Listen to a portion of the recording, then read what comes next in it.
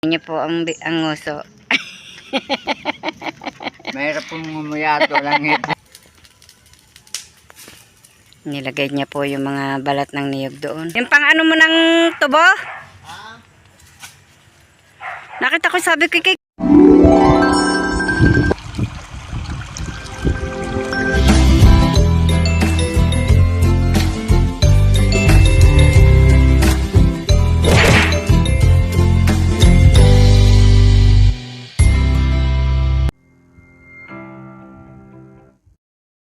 Good morning po mga kabras. Panibagong vlog na naman po tayo. Si Camille po ay ayan, magluluto po siya ng itlog at wala po kaming ulam. Saka po ito, kanton. Ito lang po ang aming ulam ngayong umaga. Lalaga ko sa itlog. Ay, hindi mo ilang luto ka pa. Ano may ilalaga din. Ayaw ng tatay ng nilaga. Ay, ito naman iprito. Ako na nilaga. Bahala ka. Ako po ay may kabit na gulok at saka po ako ay may salakot. At may dala po akong pantanim na patani at dadalhin po namin ito kay Kautol. At tuloy po kami ay pupunta doon sa lupa po ni Sanggumay at amin pong lilinisin. Tara na po. Tingnan nyo po ang mga mangga dito. Kalat. Ang dami. Ang sarap nitong kainin na, oh. Ang dami ng mangga, walang nanlilimot. Yan po si Marites.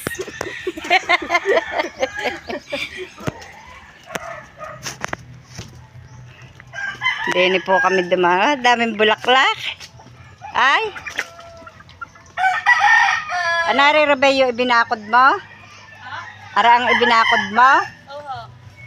Daming bulaklak. Gandang tingnan, ana. Ah? Tulusan mo din uli. Hilera mo. Ganda. Gandang tingnan ng mga bulaklak. Oh. Lumayo nga at dahil lang naghuhuan. Kilala niyo po ba ang bungang yan? Yan po yung tinatawag na tibig. Ang dami ng bunga. Nasabi po ng iba nakakain daw po iyan. Narito na po ulit kami. Pupunta na po ulit kami sa Kubo. At si Kautol po dadalhan nga po namin itong buto ng patani na pangtanim po para po sila magkaroon din po ng gulay yung patani. Yan. Natutuyo ng dahong greenas cutter nila. Yung mga damo. Maluag-luag na po ulit ang daan dito. May tao na kaya din eh. Wala kaya sa ibaba. Matipok.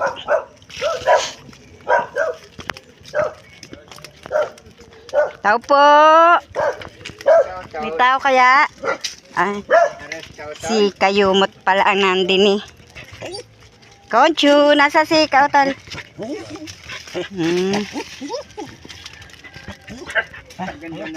Ang Laguna.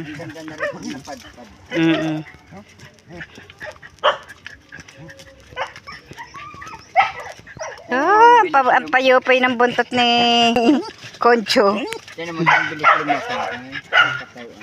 Kaya nga. Aray. Kautol! Kautol, where are you? Kautol! Tulog yata? Nandito? Oh. Kautol! Woo! Tinatawag pa. Nasa conference room pala. Hoy! Naliligo.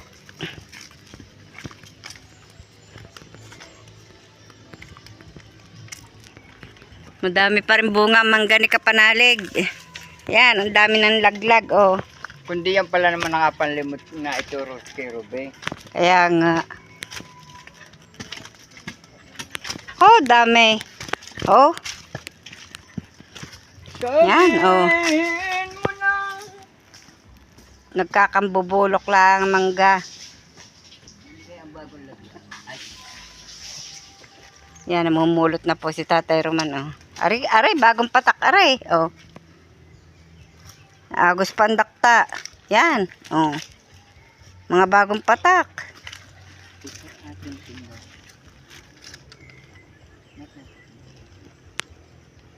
Yung nilagyan ng mga gamit.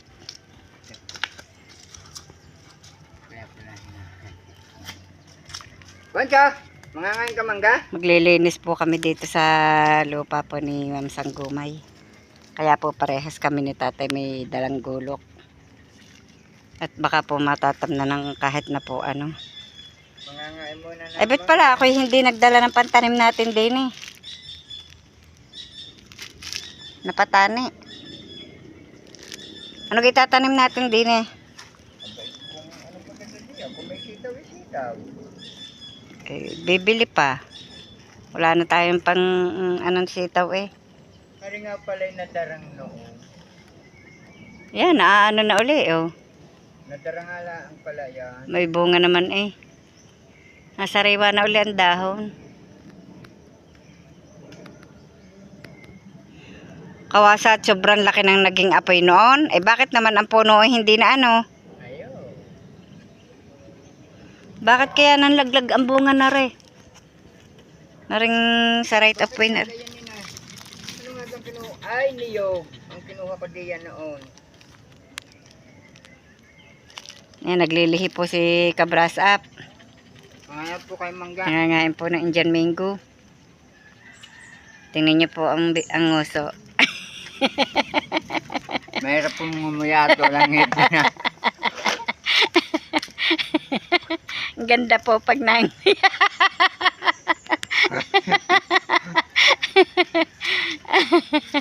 Dahil nang tingin ko sa iyo. Ang ganda po lalaki pag nanguya. Tingnan niyo po. Yan po nasimula na po ni na kautol na linisin. Kaya po yan may malinis na. Itutuloy lamang po ni Tatay Roman. At siya po hindi nakatulong noon. At wala nga po siya at nasa Cavite. Tamnan pala natin yan ng mga sili. Na. Ito na lamang po madamo itong bandang itaas na ito. Ito po ang hahalabasan ni Tatay Roman. Naririnig pa kaya ang asada ni Kika Didit? Huwag mo namang ikalapit sa ano ang pagsisila. Ba't nang hindi madarang ang kawan?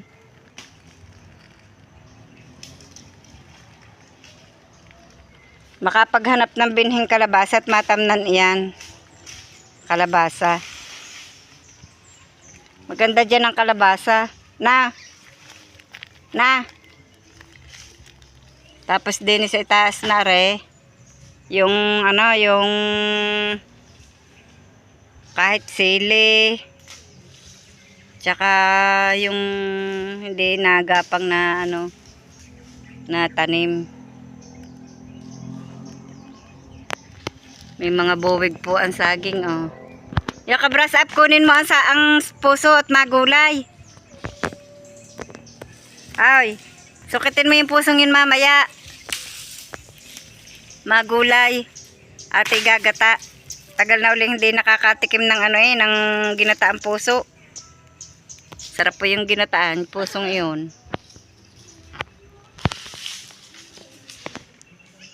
Kabras Up ay naroroon sa baba. Ako po dito sa taas. Puputol-putulin ko po itong mga puno po ng kulutan na ganito.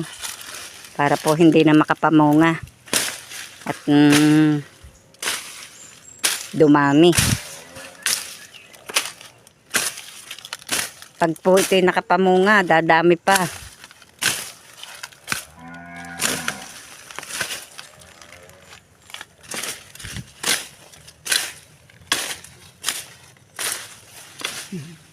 Tatay Roman po'y na doon sa baba. Ako po'y dinit patag.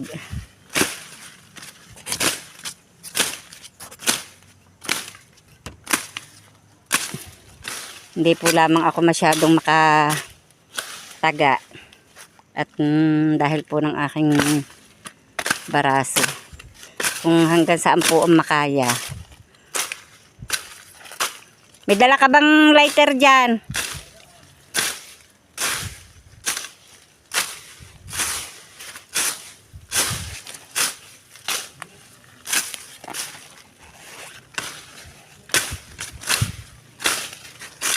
Alwan pong linisin.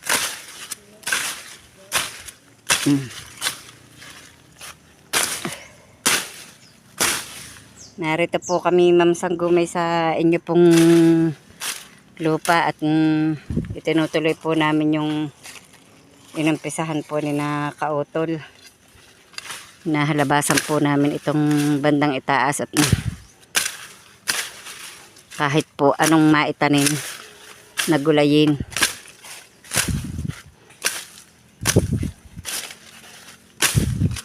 Bilis talagang lumago ng damo pagbasa ang lupa, ano?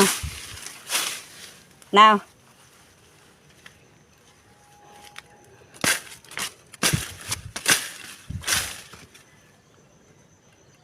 tamnan mo kaya ng ubi yung ano, yung mga punong gayaan. Bakit? Nasa lugsog ka? Ha?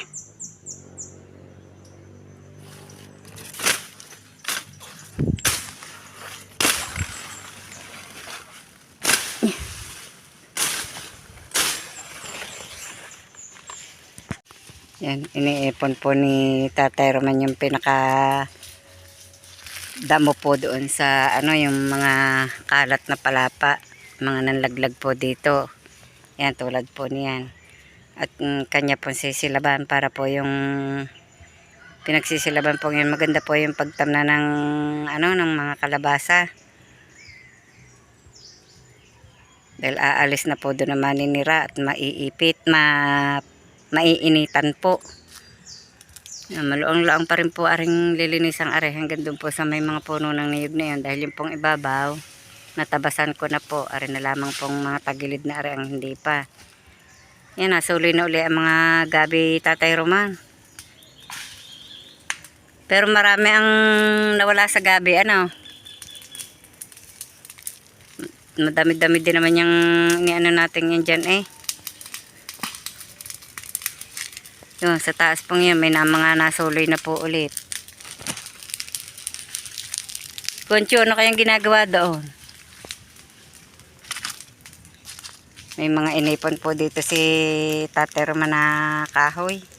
Ito po yung natumba pong puno dito na ginawa mo po ni Tatay Roman. Pinagputol-putol po yan. Para po dito na raw niya sisibakin.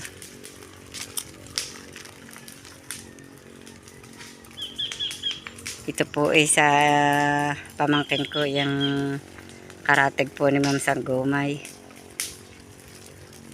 Magkasinluan po ang kanilang lupa.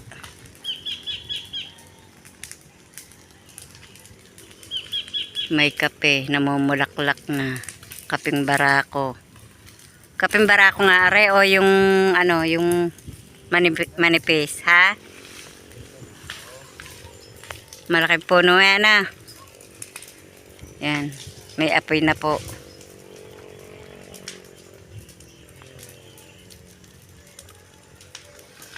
Sag lawit ang mga bunga ng niyog eh.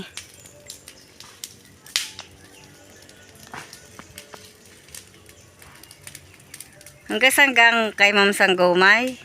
Yung isang yun eh, hindi na, ano. Arila ang tatlong tabi-tabing are. Tsaka aring isa.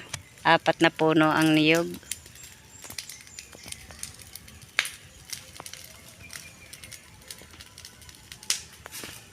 Nilagay niya po yung mga balat ng niyog doon para po maalis ang mga kalat dito. At ito po mga damong ito ilalagay din po doon.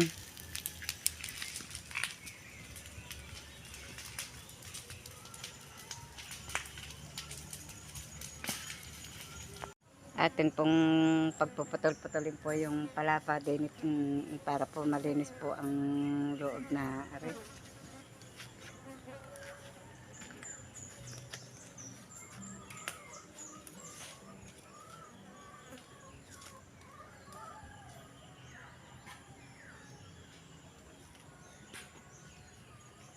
pag natuyo, gatong din.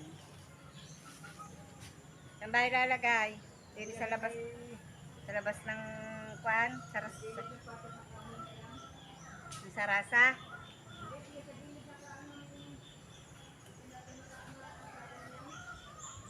Doon ilalagay? Bakit? Di nila sa may saging. Bagarne.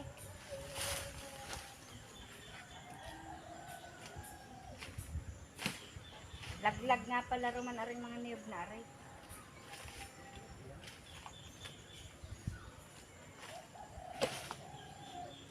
Dito po natin ilalagay.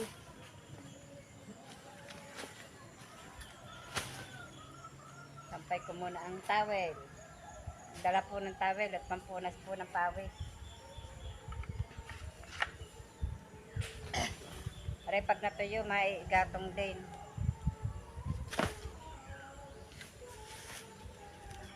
Pag natuyo, maigatong din ang palapa.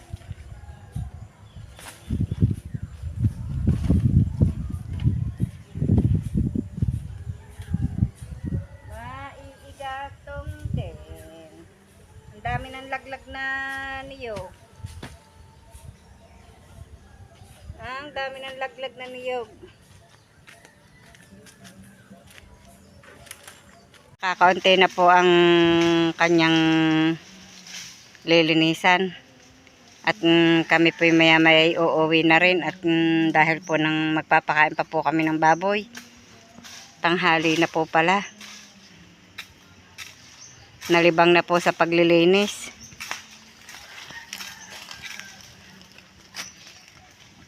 Balikan na lang mamaya uli yan, ana. Pag hindi uulan, ana. Para matapos na. Para bukas kuha. Hindi maanohan yung bukas At patagaytay ka. Punta po ng Tagaytay si Tatay Roman bukas. Doon po sa aking kapatid. At nagpapagawa po yung kapatid ko po ng ng cabinet. Kay Tatay Roman po yung lagi nagpapagawa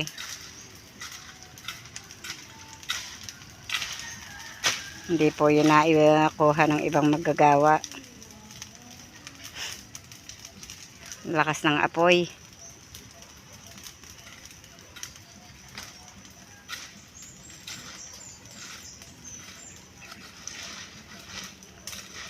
Kinakalwit pa po niya yung mga bagin-bagin at para po hindi na makagapang pa uli.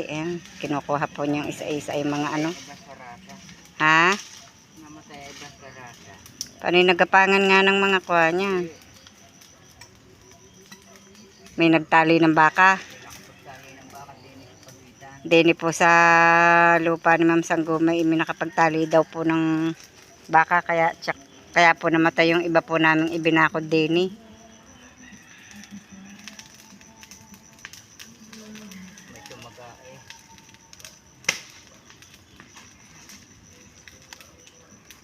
Hindi po maiiwasan ibang tao po parang hindi po nakakaisip na sila makakasira.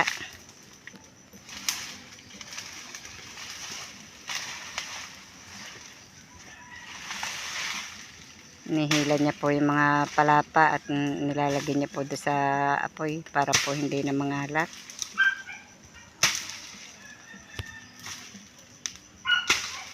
Tama-tama, sa linggo, ano itatanim natin dyan? Matatamnan na yan sa linggo, na.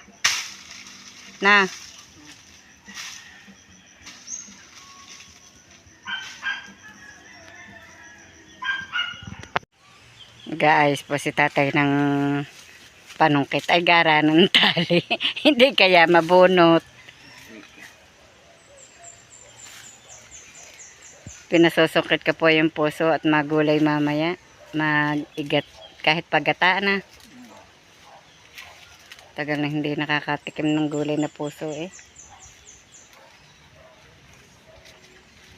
Pagkakuan, meron na uli sa ating yung puso uli. Yan, titingnan po natin kung hindi po mabubunot yung gulok na ikinabit.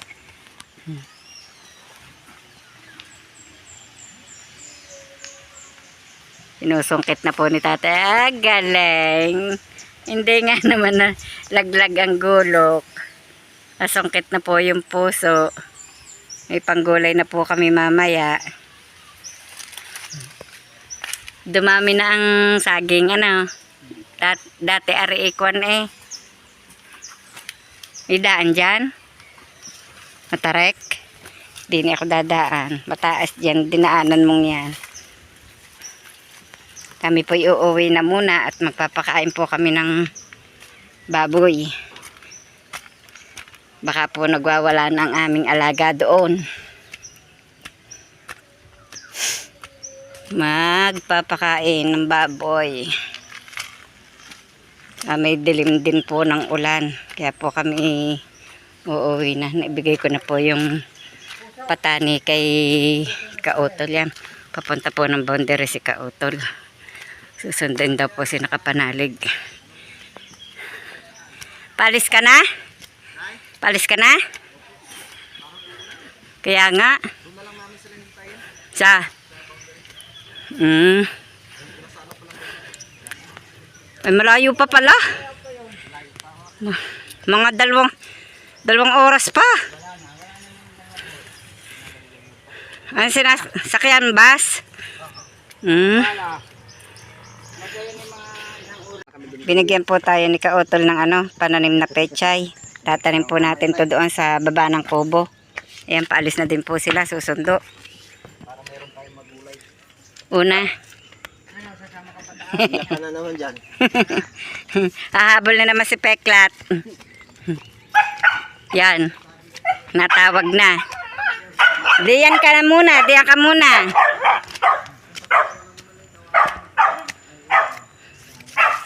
Susunduin ang sinakapanalig at si mama niya. Mama nila. At kami naman po uuwi naman at magpapakain ng baboy. Mamaya po ulit kami babalik.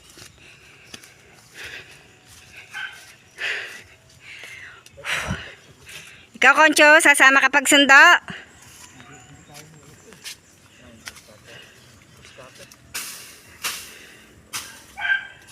Kaliwa na makananin mo. Nasa amin pala, Kautol, yung mo yung malapad mong gulok. Nakita ko doon sa sulok. Yung pang mo ng tubo. Nakita ko, sabi ko kay Kautol ito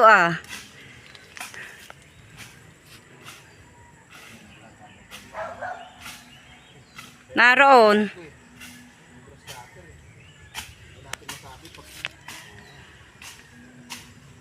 Nakakalimutan palang dalhin. Palibasay nandun sa sulok, hindi ko naaanuhan. Nasa may gasol.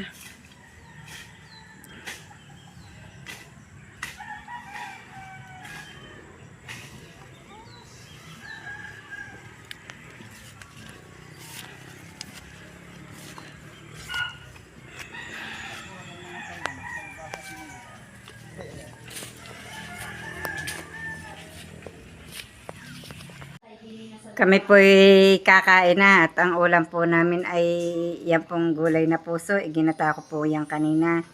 At saka po itong ginataang tulingan. Galing po yan doon kina Aris. Pinadalhan po kami. Si Tatay Roman naman po yun. Abalang-abala pa po sa kanyang kinukuting-ting.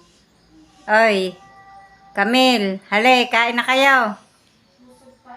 Ako po nakain na at ako po hindi nakapagtanghalian ni gutom na po ako kaya po ako nauna na po sa kanila. Kain na po kayo. Ang ulam ko po gulay na puso. Yan, nilagyan ko pa po yan ng kangkong. Tsaka po ito, ginataan tulingan. Kain po. Ngayon po ulit nakatikim ng gulay. Ako po nagkamay at parang masarap po nakakamayo ng pagkain.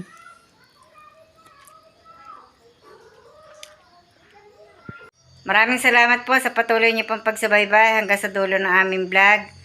At mag-iingat po kayong palagi saan man kayo naroroon. Bye-bye and God bless.